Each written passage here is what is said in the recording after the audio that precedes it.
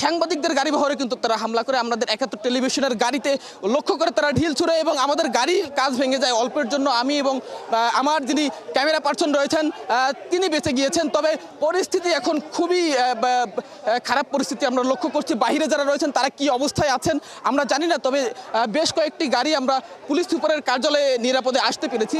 এর বাইরে আমরা এখন পর্যন্ত স্থানীয় ছাত্রলীগ, আওয়ামী লীগের নেতাকর্মীদের লক্ষ্য করছি। এখানে বেশ উত্তেজিত অবস্থায় আমরা লক্ষ্য করছি জাতীয় নাগরিক পার্টির দক্ষিণ অঞ্চলের মুখ্য সংগঠক হাসনাত আবদুল্লাহ, তিনি কিন্তু পুলিশ সুপারের কার্যালয়ে এসে এখানে বেশ ক্ষোভ প্রকাশ করছেন। এখানকার পুলিশের ভূমিকা নিয়েও কিন্তু কেউ কেউ প্রশ্ন তুলছেন। পুলিশ এবং স্থানীয় এখানে যারা নিরাপত্তা রক্ষায় ছিলেন তাদের ভূমিকা নিয়ে নেতাকর্মীরা প্রশ্ন তুলছেন। তারা বলছেন যে যথাসময়ে তারা আসলে তাদেরকে নিরাপত্তা দিতে পারেননি। আমরাও লক্ষ্য করেছি আসলে যখন গাড়ি বহরটি বের হবে অনেক পুলিশ সদস্য এবং আইন শৃঙ্খলা রক্ষার দায়িত্বে যারা ছিলেন তাদেরকে আমরা গাড়ির মধ্যেই দেখেছি।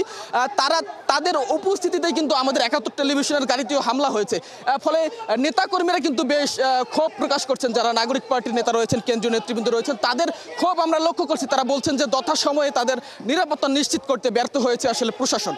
এখন পর্যন্ত বেশ গাড়ি বহরেতে থাকা গাড়িগুলোর মধ্যে বেশ কিছু গাড়ি এই গোপালগঞ্জ জেলা পুলিশ সুপারের কার্যালয়ে এসে আশ্রয় নিতে পেরেছে। বাকি গাড়িগুলো কোথায় কি অবস্থায় রয়েছে আমরা জানি না।